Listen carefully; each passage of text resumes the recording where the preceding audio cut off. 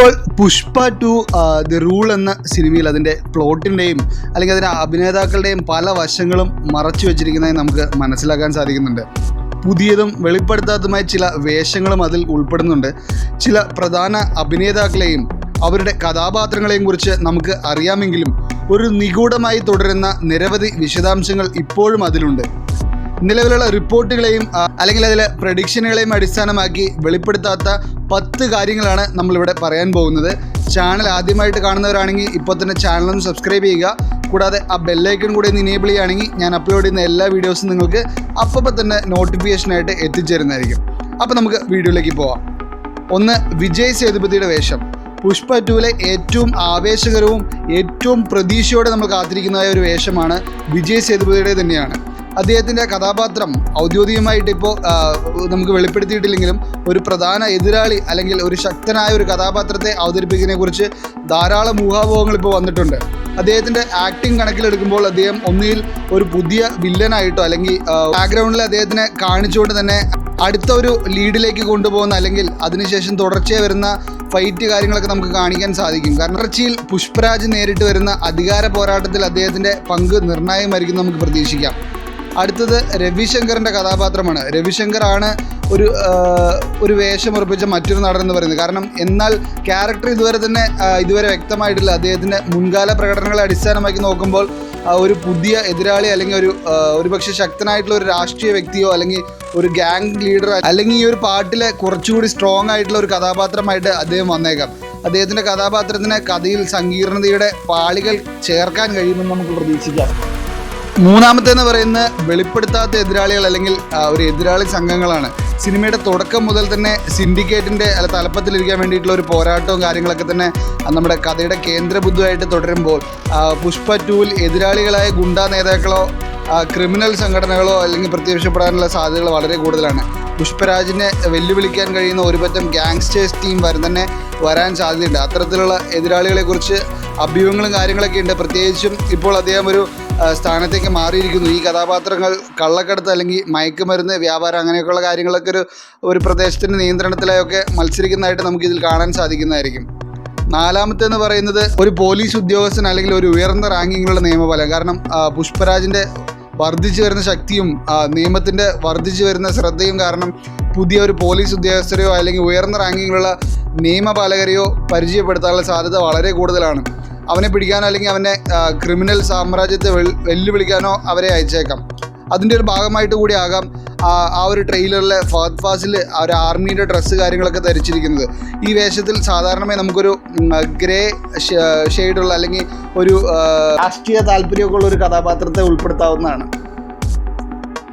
അഞ്ചാമത്തേന്ന് പറയുന്നത് പുതിയൊരു സ്ത്രീ കഥാപാത്രം.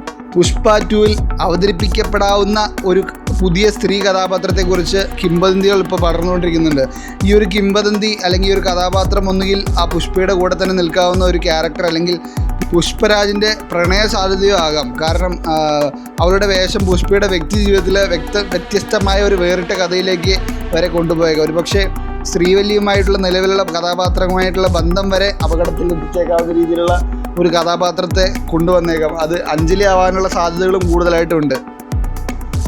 6 പറയുന്നത് പുഷ്പയുടെ പുതിയ കൂട്ടണികൾ. കാരണം അല്ലെങ്കിൽ അവൻ്റെ സംഘടനത്തിലെ അംഗങ്ങൾ പുഷ്പ അധികാരത്തിൽ തുടരുന്നതിനാൽ പുതിയ അംഗങ്ങൾ അവൻ്റെ ക്രിമിനൽ സംഘടനയിലേക്കോ അല്ലെങ്കിൽ സംഘടനത്തിലേക്കോ അല്ലെങ്കിൽ സംഘത്തിലേക്കോ ഒക്കെ വരാനുള്ള സാധ്യത വളരെ കൂടുതലാണ്. ഈ കഥാപാത്രങ്ങൾ പുഷ്പയുടെ തീരുമാനങ്ങളെ പിന്തുണയ്ക്കുകയോ അല്ലെങ്കിൽ വെല്ലുവിളിക്കുകയോ ചെയ്യുന്ന വിശ്വസ്തരായിരിക്കാം, അല്ലെങ്കിൽ പങ്കാളികളായിരിക്കും, അല്ലെങ്കിൽ കുടുംബാംഗങ്ങൾ എന്നിവർ എങ്ങനെ ഉൾപ്പെടാവുന്നതാണ്. കാരണം ഈ വേഷത്തിൽ പുഷ്പയുടെ സാമ്രാജ്യം വികസിപ്പിക്കാനും വിവിധ പ്രദേശങ്ങൾ അദ്ദേഹത്തിൻ്റെ സ്വാധീനം എങ്ങനെ വളരുന്നു എന്ന് കാണിക്കുവാനും സാധിക്കും. പ്രത്യേകിച്ചും പുഷ്പ ഇൻ്റർനാഷണൽ ഡീലിങ്സ് ഒക്കെ നടത്തുന്ന രീതിയിൽ ആ ഒരു രീതിയിലുള്ള ഒരു സപ്പോർട്ടിങ് ക്യാരക്ടറുള്ള ഒരു നല്ലൊരു ക്യാരക്ടർ അവിടെ കൊണ്ടുവരാനുള്ള സാധ്യതയും കാണാൻ സാധിക്കുന്നതാണ്.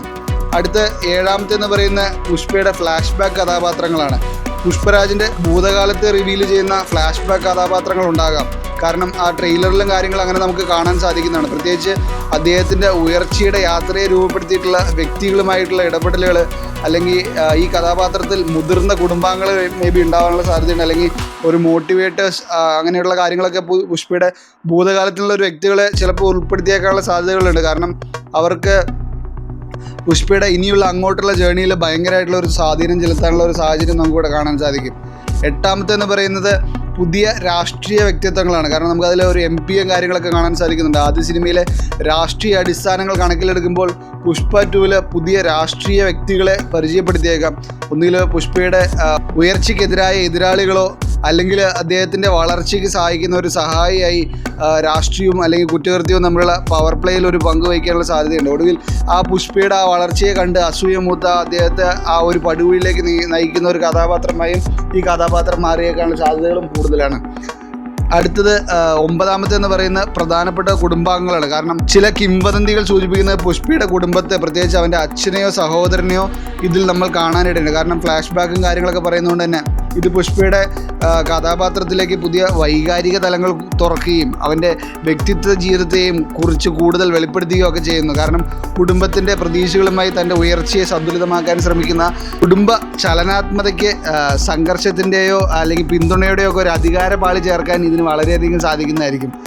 അടുത്ത 10-ാമത്തെന്ന് പറയുന്നത് ആയിട്ടുള്ള ക്യാമിയോയും കാര്യങ്ങളൊക്കെ ഒരു ചിത്രത്തിൽ വരാനുള്ള സാധ്യത വളരെ കൂടുതലാണ്. അല്ലെങ്കിൽ പുഷ്പ 2-ലും നമുക്ക് ഏതെങ്കിലും ഒരു ഫേമസ് ആയിട്ടുള്ള ഒരു അഭിനേതാക്കളോ അല്ലെങ്കിൽ ഒരു അതിഥേയത്തിലൊക്കെ വരാനുള്ള സാധ്യത കൂടുതലാണ്. കാരണം അത് ഇതുവരെയായിട്ട് അല്ലെങ്കിൽ പുഷ്പയുടെ സഹായിക്കാൻ അല്ലെങ്കിൽ പുഷ്പയ്ക്ക് എതിരായിട്ട് നിൽക്കാനുള്ള സാഹചര്യത്തിലുള്ള ഒരു കഥാപാത്രം കാര്യങ്ങളൊക്കെ കൊണ്ടുവരാനുള്ള സാഹചര്യം വളരെ കൂടുതലാണ്. സിനിമയുടെ റിലീസ് വരെ എന്തായാലും തീർച്ചയായിട്ടും അവരത് ഒരു ഹൈഡ് ചെയ്ത് വെക്കാനുള്ള സാധ്യത വളരെ കൂടുതലാണ്. കാരണം ആ ഒരു സൗത്ത് ഇന്ത്യയിൽ നിന്ന് അല്ലെങ്കിൽ നോർത്ത് ഇന്ത്യയിൽ നിന്ന് ഒരു വമ്പൻ താരത്തെയായിരിക്കും അവർ ആ ഒരു റോളിൽ കൊണ്ടുവരാൻ. കാരണം ഇതൊരു പാൻ ഇന്ത്യൻ വമ്പൻ ഹിറ്റായിട്ട് കൊണ്ടുവരാവുന്നതുകൊണ്ട് തന്നെ തീർച്ചയായിട്ടും അത്തരത്തിലുള്ളൊരു ക്യാരക്ടറിനെ എന്തായാലും ഈ പുഷ്പ 2-ൽ കൊണ്ടുവന്ന് പുഷ്പ 3-ന് ഒരു ലീഡ് കൊടുക്കാനുള്ള സാധ്യതയും കാര്യങ്ങളൊക്കെ വളരെയധികം ഉള്ളതുകൊണ്ട് നമുക്ക് ആ ഒരു പ്രതീക്ഷയും വെച്ചേക്കാവുന്നതാണ്. കാരണം വെളിപ്പെടുത്താത്ത ഈ വേഷങ്ങൾ തീർച്ചയായിട്ടും പുഷ്പ 2 എന്ന കഥയുടെ ഒരു നരേഷന് കാര്യങ്ങളൊക്കെ നമുക്ക് ആസ്വാദികരമാക്കുന്ന ഒരു കാര്യം തന്നെയായിരിക്കും. കഥയിൽ പുതിയ സംഘടനകളും അല്ലെങ്കിൽ സഖ്യങ്ങളും വൈകാരിക സ്പന്ദനങ്ങളും ചേർക്കുന്നു. റിലീസ് തീയതി അടുക്കുമ്പോൾ ഈ കഥാപാത്രങ്ങളെക്കുറിച്ച് കൂടുതൽ വിവരങ്ങൾ വെളിപ്പെടുത്തുമെന്ന് നമുക്ക് പ്രതീക്ഷിക്കാം. കാരണം പുഷ്പരാജിൻ്റെ യാത്രയുടെ അടുത്ത അധ്യായത്തിൽ എന്താണ് വരാനിരിക്കുന്നത് അല്ലെങ്കിൽ ആരാധകരെ ആകാംക്ഷയോടെ നിലനിർത്തുന്ന മറ്റെന്തെങ്കിലും ഒരു പ്രതീക്ഷകൾ നമുക്ക് ഈ ക്യാമിയോ ക്യാരക്ടറിലൊക്കെ നമ്മൾ പറഞ്ഞിരിക്കുന്ന കാര്യങ്ങളൊക്കെ നമുക്ക് എക്സ്പെക്റ്റ് ചെയ്യാൻ പറ്റുന്ന കാര്യങ്ങളൊക്കെ നിങ്ങൾക്ക് എന്തെങ്കിലും എക്സ്പെക്റ്റേഷനും കാര്യങ്ങളൊക്കെ ഉണ്ടെങ്കിൽ തീർച്ചയായിട്ടും ഒന്ന് കമൻറ്റ് ചെയ്യുക. നമുക്ക് നോക്കാം, എല്ലാവരുടെയും അഭിപ്രായങ്ങളും കാര്യങ്ങളും എന്തൊക്കെയാണെന്ന് നമുക്ക് നോക്കാവുന്നതാണ്. അപ്പോൾ തീർച്ചയായിട്ടും അടുത്തൊരു വീഡിയോ ആയിട്ട് വരുന്നതായിരിക്കും. എല്ലാവർക്കും ടാറ്റാ ബൈ ബൈ.